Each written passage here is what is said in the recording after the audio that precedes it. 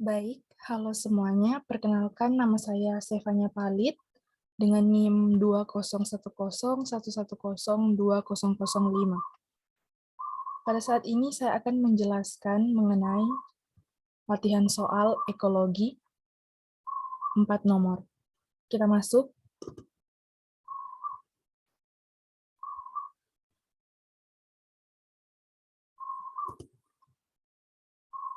Pada nomor yang pertama, nomor 1, jika populasi lalat hitam 600 individu di tahun 2002 dan 2.500 di tahun 2012.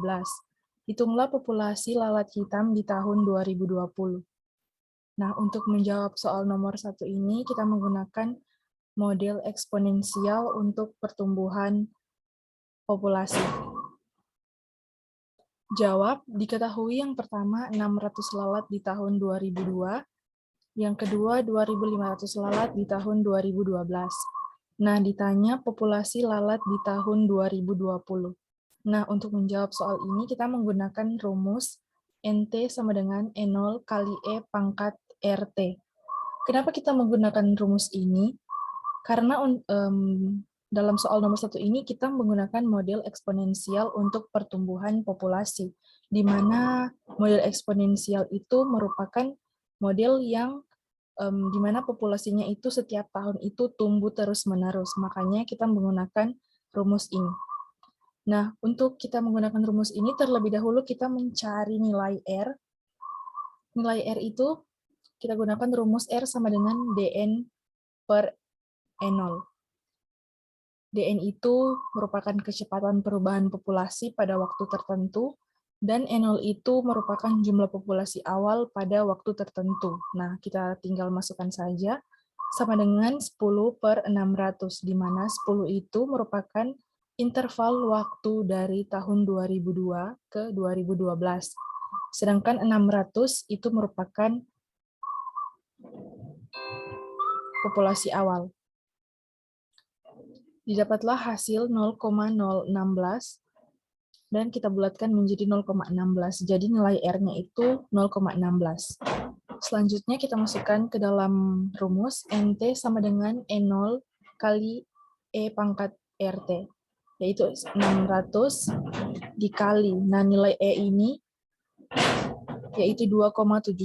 Jadi 600 kali 2,71 pangkat 0,16. Sama dengan 600 kali 0,433. Maka didapatlah nilai NT sama dengan 2.598. Nah, jadi jumlah populasi lalat di tahun 2020 itu sama dengan 2.598. Keterangannya bisa dibaca di sebelah sini. Selanjutnya kita masuk pada nomor 2. Di Danau Tondano ada ikan payangka 200 individu. Nah, Danau Tondano diestimasi atau diprediksi memiliki kemampuan untuk menampung sejumlah 10.000 individu payangka. Ini sama dengan nilai K atau carrying capacity. Ikan payangka bertambah 3 kali lipat selama tahun pertama. Hitunglah berapa lama waktu yang dibutuhkan sehingga jumlah ikan payangka berjumlah 5.000 individu. Nah, untuk pada soal kali ini kita akan menggunakan model logistik. Nah, jawab, diketahui yang pertama itu PO. PO itu merupakan individu awal, yaitu 200 individu, dan K itu carrying capacity 10.000 individu. Ditanya T, waktu yang dibutuhkan sehingga jumlah ikan payangka berjumlah 5.000 individu. Nah, di sini di sebelah kanan saya sudah menulis jawabannya. Kita menggunakan rumus PT sama dengan K per 1 tambah AE pangkat min KT. Nanti untuk keterangannya ada di slide selanjutnya. Jadi PT itu merupakan pertumbuhan populasi yang akan kita tanya untuk ikan payangka yang berjumlah 5.000 individu. Jadi PT sama dengan 10.000 per 1 tambah 49. Nah, sebelum kita memasukkan rumus ini, kita harus mencari terlebih dahulu nilai A. nilai A yang ada di sebelah sini. Jadi kita mencari nilai A itu, jadi untuk mencari nilai A, kita menggunakan rumus A sama dengan K kurang P0 per P0. Jadi sama dengan 10.000, 10.000 itu K itu carrying capacity, kurang 200, yaitu individu awal, jadi bahagi 200. Jadi nilainya sama dengan 9.800 per 200, jadi nilai A sama dengan 49. Nah, jika kita sudah mendapatkan nilai A-nya sama dengan 49, maka kita masukkan di rumus yang tadi. Jadi PT sama dengan 10.000 per 1 tambah 49E pangkat KT. Sama dengan 1000 per 1 tambah 49E pangkat KT sama dengan 1 per 1 tambah 49E pangkat K. Sama dengan 1 per 1 tambah 49E tambah K, sama dengan 1 tambah 49E per K. Nah, di sini kita mendapatkan 600 per 10.000 sama dengan 3 per 50. Nah, ini didapatkan dari kita menjumlahkan nilai individu yang sudah kita dapat tadi dengan nilai yang ada di bawah sini, yaitu DP per DT. Jadi kita teruskan saja, 1 per 49 dikali 49E pangkat min K sama dengan 47. Jadi ini kita dikasih tabu balik, 3 per 50, jadi 50 per 3 sama dengan 1. Jadi di sini 47 per 3, jadi ini dikurangi 3, namun pernya tetap sama, per 3, jadi sama dengan 1 per 49. Satunya diambil dari atas sini, dan 49 itu kita kurangi, 50 dikurangi 1. Jadi E pangkat minus K sama dengan 47 per 147. Jadi 47 itu didapat dari 47 dikurangi 47 kali 1, dan 147 itu 3 kali 49 adalah 147. Nah, lalu di sini kita sudah masuk dalam rumus dengan menggunakan nilai ln, di mana kita harus menggunakan ini untuk menyamakan kedua ruas sisi kiri dan kanan agar bisa menyeimbangkannya untuk mendapatkan hasilnya. Jadi di sini kita menggunakan ln dalam kurung E pangkat K sama dengan ln, kita masukkan saja di dalam kurung 47 per 147. Jadi K sama dengan ln 47 per 147. Nah, jika kita sudah dapat nilai ln K-nya, nah jadi di sini kita sudah bisa memasukkannya ke dalam rumus PT tadi, seperti yang di atas. PT sama dengan 10.000 per 1 tambah 49E pangkat ln 47 per 147T. Jadi PT sama dengan 10.000 per 1 tambah 49. E kita masukkan di dalam kurung seperti ini. E pangkat ln 47 per 149 T. Nah, jadi kita dapatkan PT sama dengan 10.000 per 1 tambah 49, 47 per 147 T. Nah, ini merupakan langkah pertama atau part satunya. Seperti yang dilihat di contoh video yang dibagikan, video YouTube yang dibagikan, dia itu terbagi atas 2 part. Nah, ini merupakan part satunya. Kita mencari nilai A dulu, lalu dimasukkan ke dalam rumus PT, sehingga mendapatkan PT. Lalu kita lanjut di part yang kedua.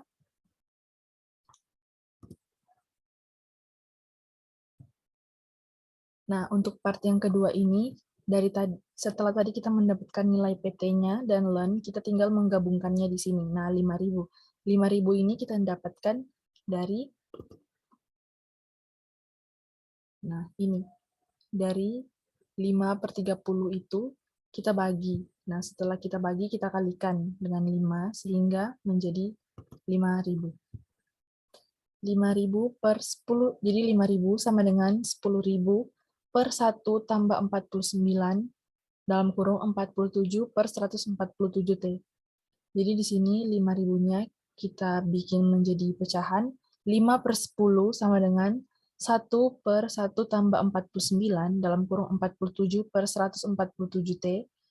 Lalu di bawah 5 bagi 10 bahagi 2 itu, 5 bagi 10 itu 2, jadi sama dengan 1 tambah 49 dalam kurung 47 per 147 T. Jadi, di sini ini untuk 1 per 1-nya kita pindahkan ke ruas kiri untuk diperkan dengan 49.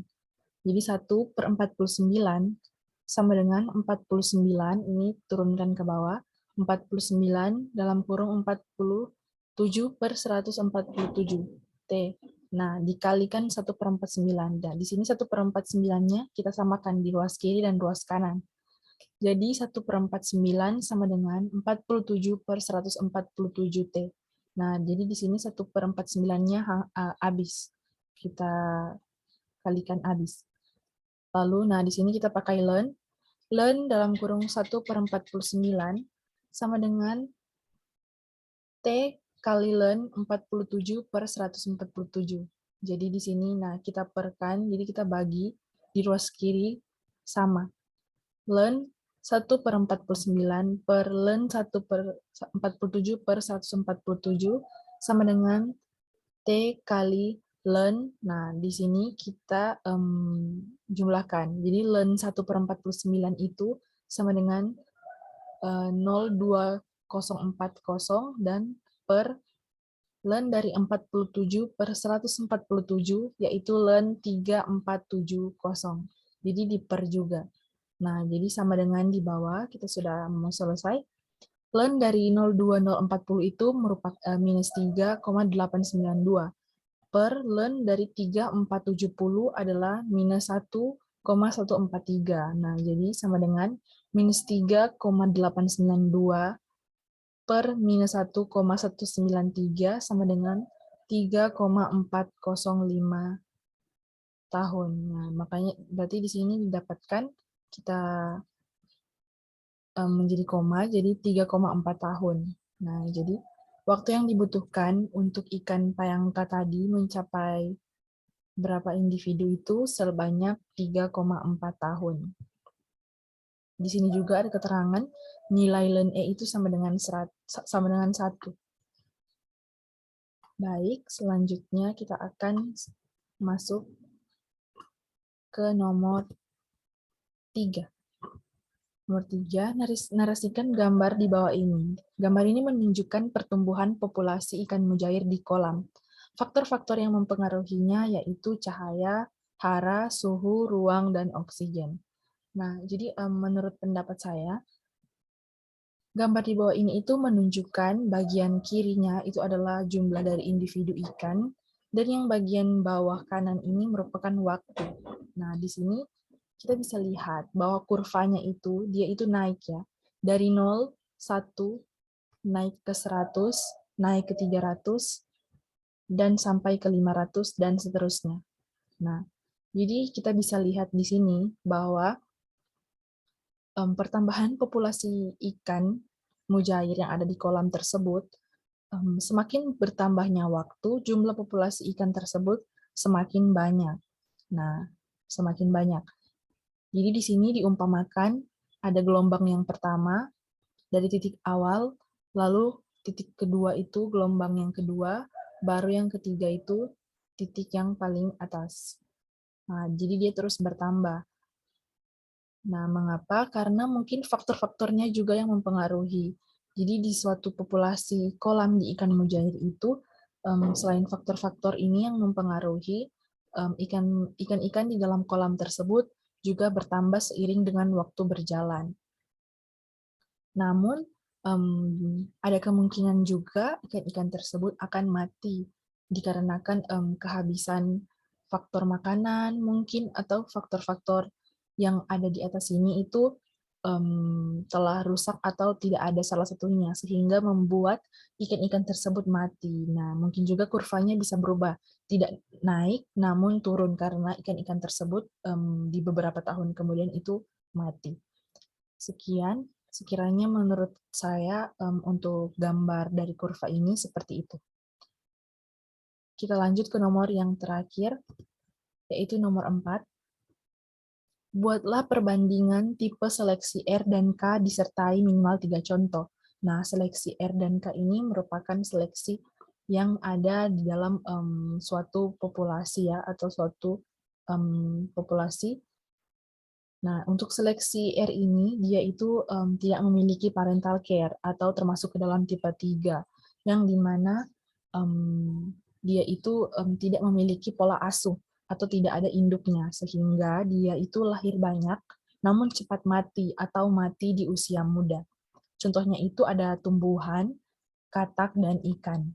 Sedangkan seleksi K itu dia memiliki parental care, di mana dia itu memiliki pola asuh. Dia itu diasuh oleh induknya atau orang tuanya, sehingga walau lahirnya sedikit, namun dia itu akan hidup panjang dan mati di usia tua. Contohnya itu pada manusia, gajah, dan kanguru. Sekiranya seperti itu. Demikianlah pemaparan atau jawaban dari saya mengenai latihan soal ekologi pada saat ini. Semoga jawaban saya ini bisa membantu untuk kita semua. Dan mohon maaf apabila ada salah-salah kata yang kurang berkenan atau ada salah-salah penulisan, sekiranya mohon dimaafkan. Sekian dan terima kasih.